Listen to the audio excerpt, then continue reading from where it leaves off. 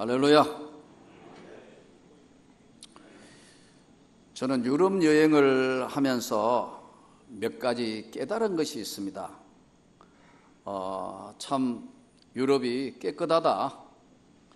그리고 두 번째는 유럽이 역시 선진 문명이고 정말 훌륭한 문화를 가지고 있다. 또 이제 동유럽 쪽에 불가리아나 이쪽 편으로 또 위쪽에 체코, 폴란드, 오스트리아 이런 지역도 다뤄보면서도 역시 문화와 예술이 숨쉬는 곳이다. 또 위쪽에 저 위에 덴마크, 노르웨이, 스웨덴 쪽으로 하면서는 또 다른 유럽 문명을 느낄 수 있었습니다. 그러나 가장 충격받고 가장 큰 인상을 받았던 것은 역시 로마였습니다.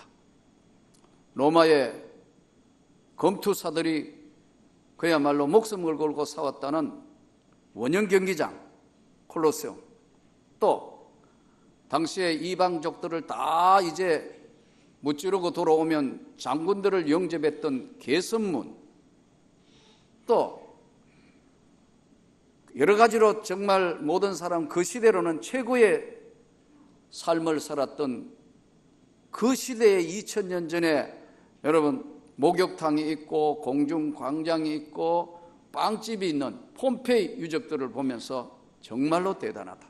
야, 이거야말로 참 유럽 문명이 오늘 그냥 된 것이 아닌 대단한 것이라는 것을 느꼈습니다.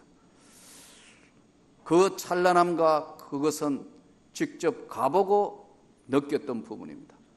그런데 무엇보다도 첫 번째 갔을 때는 별로 느끼지 못했는데 두 번째 로마 카타콤 지하교회 무덤 아래에 있는 지하교회를 들어가서는 많은 생각을 하게 했어요. 이 당시에 이 사람들이 예수 그리스도의 복음을 지키기 위해서 이 캄캄한 공동묘지 안에 있는 지하교회에서 생명을 걸고 예수 그리스도의 복음을 지키고 신앙생활을 했다는 것은 저에게 많은 충격과 많은 생각을 하게 되었습니다. 오늘날 이 로마라는 도시 안에 정말 예수 믿는 사람이 얼마나 될까? 수많은 사람이 끌려가서 순교하고 환난당하고 고통당하는 그런 가운데도 저들이 지켰던 예수, 많은 생각을 하면서 카타콤 지하교회를 나오게 됐어요. 오늘은 여러분 장장 1년 4개월에 걸쳐서 사도행전 예수의 꿈 우리들의 이야기를 1년 4개월에 걸쳐서 강해 설교 말씀을 전하고 오늘은 그 마지막 대단원의 막을 내리는 사도행전 28장에 드디어 로마로 가게 되어서 로마에서 복음을 전하는, 그리고 로마에서 순교할 수밖에 없었던 바울의 오늘 모습을 보면서 오늘 우리는 어떤 생각을 하면서 이 땅의 삶을 살고 있는 것인가 한번 돌아보는 시간이 되었으면 좋겠습니다. 바울은 예수를 믿어서 하나님의 은혜를 깨닫고 난 뒤에는 편안하게 살 모든 여건들을 버렸습니다. 성경대로 결혼도 하지 않았고 예수 전하는 복음 전하는 게 바빠서 결혼도 하지 않았고 거기에 최고의 학문을 가졌고 최고의 모든 것을 갖추었음에도 불구하고 바울은 예수의 생명의 복음을 전하겠다는 그 일념 하나로 로마 시민권과 같은 당시에는 최고의 모든 신분이었는데도 그것도 탐탁지 여기지 않고 스스로 자원해서 40의 감암매를 5번 맞고 여러분 강의 위험과 강도의 위험과 도적의 위험과 수많은 난관을 극복하고 죄수가 아닌 죄 없는 죄수의 모습으로 로마로까지 들어가게 된 것은 그의 영혼 속에 예수의 생명을 전해야 되겠다는 간절한 열망이 있었기 때문에 그는 로마로 갔고 그 로마는 예수 믿는 자를 핍박했지만 바울의 순교의 피와 예수의 생명의 복음을 통하여 로마는 300년 뒤에 깨어나기 시작하면서 황제가 예수를 믿기 시작하면서 로마가 복음화되기 시작했습니다. 로마가 예수 그리스도로 복음이 확산이 되기 시작하자 세계를 제패했던 로마의 힘은 유럽으로, 스페인으로, 영국으로, 또 복음이 독일로 점점 유럽으로 확산돼서 유럽이 전 국가들이 다 예수 믿는 나라로 바뀌기 시작했습니다. 그 끝에 종교개혁이 이루어지고 마음껏 예수를 믿어야 되겠다고 이 사람들이 생명에 정말 위협을 느껴가면서 신천지 신대륙이었던 미국으로 가고 캐나다로 가고 일본은 호주로 내려가고 남미로 가고 이 사람들이 다시 그 예수로 인하여 충만한 은혜를 통해서 우리 조선 땅에 당시에 가장 어둡고 캄캄한 내일을 알 수 없는 열광 속에서 흐드기는 우리에게, 고통받는 우리에게 예수의 생명을 전하러 선교사들이 이 땅에 들어오게 됐어요. 바울 한 사람이 예수의 무너지는 심정을 가지고 그 로마로 가는 날, 그의 복음의 은혜, 그 헌신, 그 눈물, 그 기도를 들으신 하나님이 오늘 우리에게도 복음을 전달받게 하셨다는 거예요. 예수의 이야기, 예수님의 꿈, 바로 우리가 다시 이 복음을 아프리카로, 인도로, 방글라데시로 나는 앞으로도 더 선교사를 보내야 한다고 믿습니다. 오늘 이 사도행전을 종결 하면서 과연 우리도 바울처럼 정말 예수의 증인으로 살고 있느냐 하는 거예요. 결론이, 사도행전의 결론이 우리도 똑같이 정말 예수 그리스도의 생명의 복음을 우리가 증인으로 살고 있는 것인가? 아니면 그냥 성경에 나오는 그들의 이야기로 끝날 것인가?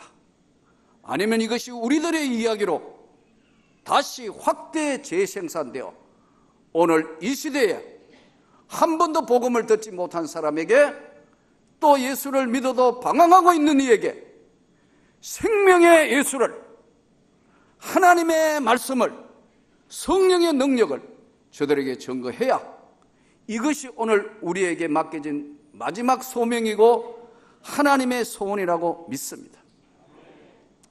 사람은요, 자기가 꿈꾸는 대로 살게 돼 있어요. 자기가 인생을 어떤 꿈을 가지고 있느냐에 따라서 그 인생을 살게 돼 있단 말이에요. 어차피 인생의 삶은 여러분 우리가 무엇인가를 해야 합니다. 직장 생활을 하셔야 되고, 또 장사하시고, 사업도 하고, 또 노동도 해야 되고, 삶의 전 영역에 우리는 무엇인가는 해야 합니다. 그러나 가장 중요한 것은 내 삶의 내용이 뭐냐는 거예요. 내 삶의 내용이 예수와 함께 하고 있는 거냐는 거예요. 이게 사도행전의 결론입니다. 내가 어디로 가든지, 무엇을 하든지, 어디 있든지 내가 너와 함께 하마. 예수님의 마지막 지상 명령이고 우리에게 주신 소명입니다. 누구나 하루의 일과 한 주간의 삶을 보면 분주한 삶을 삽니다. 그러나 정말 주님과 동행했는 것인가 하는 것을 한번 돌아보는 시간이 되기를 바랍니다. 저는 저희 아파트에 경비원 아저씨들이 있습니다.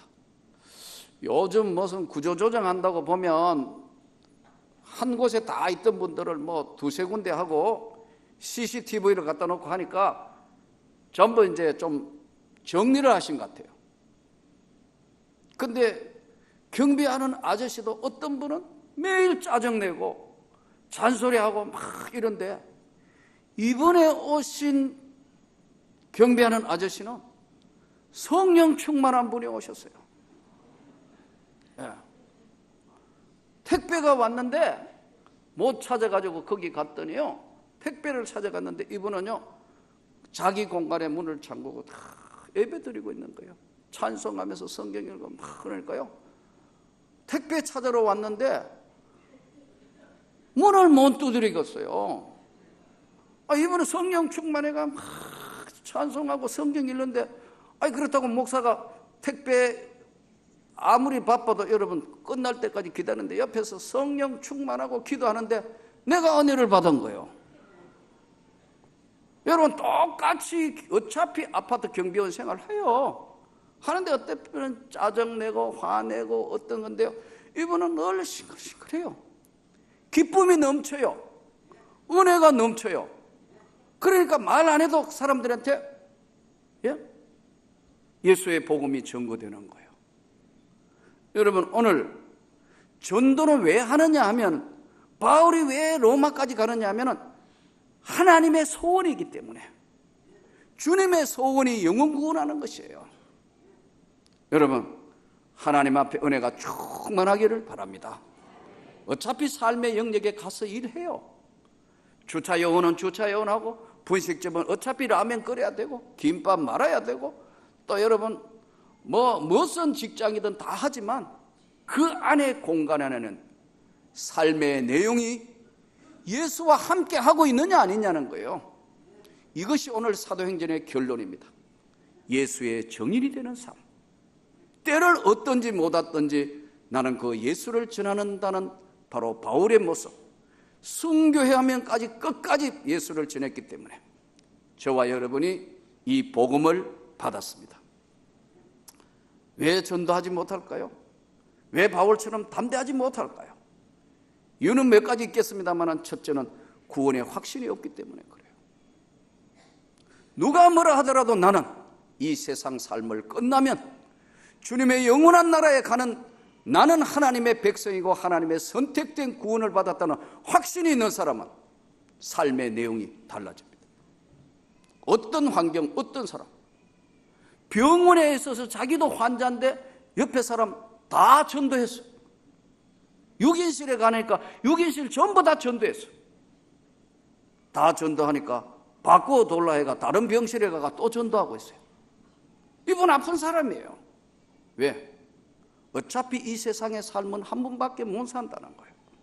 여러분, 이 삶이 바로 바울의 삶이고 사도행전의 결론의 삶이에요. 예수의 정인된 삶이기 때문에 여러분이 구원의 확신 속에서 예수의 정인이 되기를 축원합니다. 왜 또 전도를 못하느냐 하니까 두려워하기 때문에, 그런 전도한 경험이 없기 때문에 두려워해요. 한번 전해봐요. 괜찮아요. 한번 해보시라고. 예수를 증거해보라고요. 그러면 하나님이 함께 하시면서 그 두려움이 없어져요. 근데 이걸 해보지 않았기 때문에 두려워서 못해요. 말이 안 나와요. 살짝이 전도지 나놓고 도망가 버려요. 예수를 믿읍시다. 새로운 인생을 한번 살아봅시다. 이것은 주님이 원하시는 가장 소중한 복음의 능력이에요. 때를 얻든지 못 얻든지 복음을 전파하라. 때를 얻든지 못 얻든지. 오랜 시간 우리 교회에 헌신했던 우리 유정훈 목사님이 드디어 경상도 청송 지역에 있는 진보교회라는 가장 중심되는 전통교회로 담임 목사로 부임을 했어요. 어제 이사를 갔어요. 제가 어저께 유 목사를 붙들고 한 말이 있어요. 거기는 지역교회이기도 하지만 그 지역에는 특별히 교정시설이라는 교도소가 자리 잡고 있는데 교도관만 약 1000명이 된다. 제소자, 수많은 제소자가 있는데 그들에게 하나님이 복음을 그들에게 전하라고 하나님이 그 길을 보내시는 거다. 지역교회뿐만 아니라 본교회뿐만 아니라 그 지역에 여러분 공무원이 1000여 명 있는 데가 어디 있어요? 집중적으로 모아놓고 도망도 못 가도록 딱 모아놓고 거기에 계속해서 복음을 전하면 얼마나 많은 사람들이 예수를 믿게 되겠습니까? 거기는 우리나라에 유명한 제수들 거기 꽤 있습니다, 여러분. 그곳에 가가 누군가가 복음을 전해야 되는데 하나님의 우리 유목사를 나는 선택했다고 믿습니다. 27년 전, 28년 전에 나는 그 지역에서 하나님을 만났습니다. 우리 유목사를 거기 보내면서 기도하면서 많은 생각을 해봤습니다. 누군가가 갇힌 자를 위해서도 가서 섬겨야 될 것이고, 또 누군가가 그 지역의 많은 영혼들을 잘 인도해야 될 텐데, 하나님 보낼 만한 사람을 보내셔서 기도했던 게 우리 윤목사를 찍어가 보내신 것 같아요. 세월이 흘러서. 여러분, 오늘 예수의 정인된 삶, 하나님의 영광의 삶이 저와 여러분에게 진심으로 펼쳐지기를 소원합니다. 복음을 전하면요, 우리 생각에는, 저와 여러분의 생각에는 이거 되겠나 하지만은, 복음을 전하면 복음에는 하나님의 의가 나타나고 성령이 역사하는 겁니다. 내가 하는 게 아니에요. 여러분이 하시는 게 아니란 말이에요. 성령이 함께 하셔서 내가 담대하게 복음만 전파하면 성령님이 역사하셔서 그 사람에게 죄를 깨닫게 하고, 또 그 사람에게 하나님이 예수를 알게 하고 믿게 하시고, 그 하나님이 성령으로 권능으로 역사하시는 겁니다. 문제는 두려워해요. 그런 경험이 없기 때문에. 또 구원의 확신이 없어요. 내가 이야기를 할 때 저 사람이 어떻게 생각할까? 그는 나하고 아무 관계가 없어요. 분명히 내가 예수의 복음을 전거하면 하나님은 그에게 역사하시고 은혜를 베풀어 주시고 축복해 주시는 겁니다. 성경에 보면 전도하는 방법은 딱 두 가지예요. 하나는 빌립 전도 방법이고 또 하나는 안드레 전도 방법이에요. 빌립 전도 방법은 뭐냐 하니까 일단 와보라는 거예요. 딴 전도가 없어요. 일단 한번 교회로 와보라, 초청하는 거예요. 나다나엘에게 빌립이 한번 와봐. 나사렛에서 선한 것이 어디 나는 것이 있느냐? 그러니까 일단 한번 와보라는 겁니다. 예수님 앞에 오니까 나다나엘이 내가 무화과 나무 아래에 있을 때 내가 너를 보았다. 어떻게 저를 아시죠? 그리고 따르기 시작합니다. 여러분, 이 빌립 전도 방법은 아주 단순해요. 와보라. 한 번만 와서 복음을 들어보라. 세상에서 방황하던 자가, 하나님을 멀리하던 자가, 전혀 모르던 자가 교회 와서 처음으로 찬송을 들으며 눈물을 흘리는 겁니다. 그러면서 말씀이 영혼에 찾아와서 변화가 일어나요. 우리가 하는 것이 아니고 하나님의 성령께서 구원의 역사를 이루기 위하여 초청하시는 것이기 때문에 여러분, 이 복음을 첫 번째 전한 빌립 전도 방법으로 와보라 전도 방법입니다. 간단해요.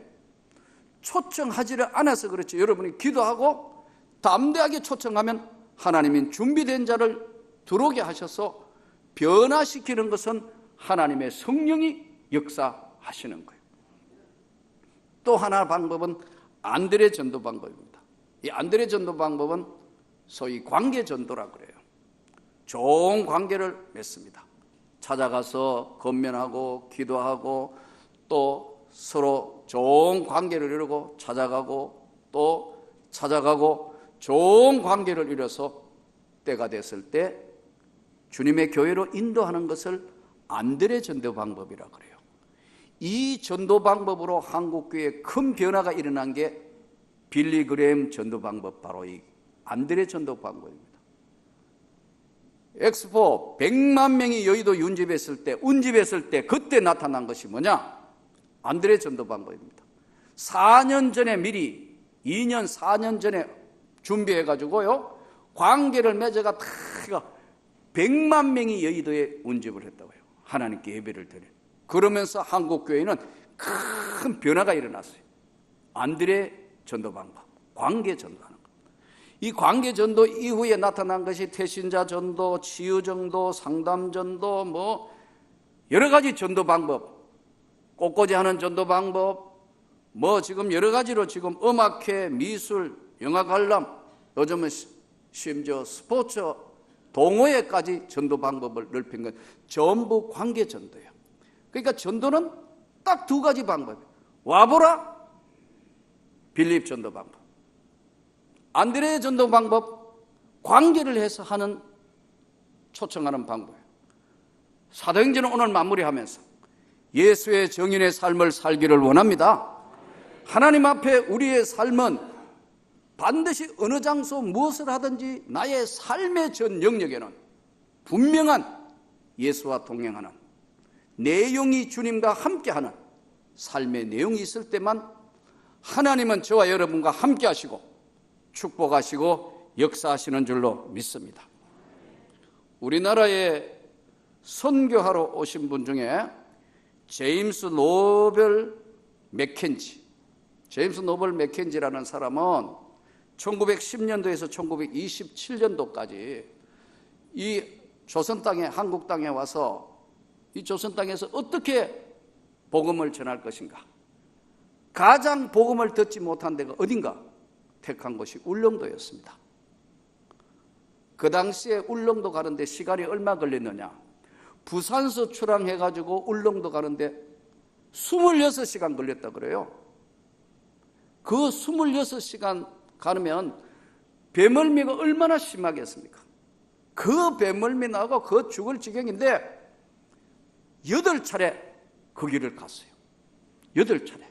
계속해서 8차례 가서 복음을 전하고 또 생명을 걸고 왔다가 다시 전하라고 8차례 했다고. 대단한 거죠. 지금 울릉도 여러분 섬이지만 2009년도에 선교 100주년을 지냈습니다. 그러니까 대단한 겁니다. 울릉도 안에 교회가 38개 서여졌습니다. 38개. 이 장로교 앞에 침례교는 그 앞에 더 5년 앞에 가가 전도를 했는데 38개 교회 중에 17교회가 침례교입니다, 여러분. 먼저 누가 가서 복음을 전하느냐에 따라서 더 많은 영혼들이 돌아오니까. 그래서 침례교회는요, 울릉도에서는 총회장이 4명이 배출된, 울릉도 출신 중에서 침례교회 총회장에 4명이나 배출된 동네가 울릉도예요. 3,000명 정도 예수 믿는 사람들이 있다는데 그 안에, 여러분 그 안에 있는 사람들이 울릉도 안에 예수 믿는 복음화율이 31.7%. 우리나라에서 가장 예수 믿는 사람 많은 데가 어디냐? 전남 신안 35.1%. 그 섬섬마다 여자 전도사 문준경 전도사라는 여자 전도사 한 사람이 주님 앞에 끝까지 헌신하고 들어가서 복음을 전했더니 온 섬들이 다 예수 믿는 변화가 크게 일어난 거예요. 저는 여러분에게 다시 한번 묻겠습니다. 우리 사도행전을 이제 1년 4개월의 장장 긴 시간 동안 감행하며 마무리가 예수의 정인이 되자. 예수의 생명을 내가 때를 얻든지 못 얻든지 나는 어디로 가든지 예수를 전하는 사람이 되어야겠다고 우리가 굳은 결심을 하면서 이 사도행전을 마무리하고 이제 우리가 다시 한번 주님 앞에 헌신자로서 하나님의 영광을 위하여 나는 어느 장소 어디를 가든지 내 삶에 무엇을 하든지 예수를 정인하는, 예수를 증거하는 그런 삶을 살 것을 결단하고 하나님께 영광을 돌리는 저와 여러분이 되기를 주 예수 이름으로 축원합니다.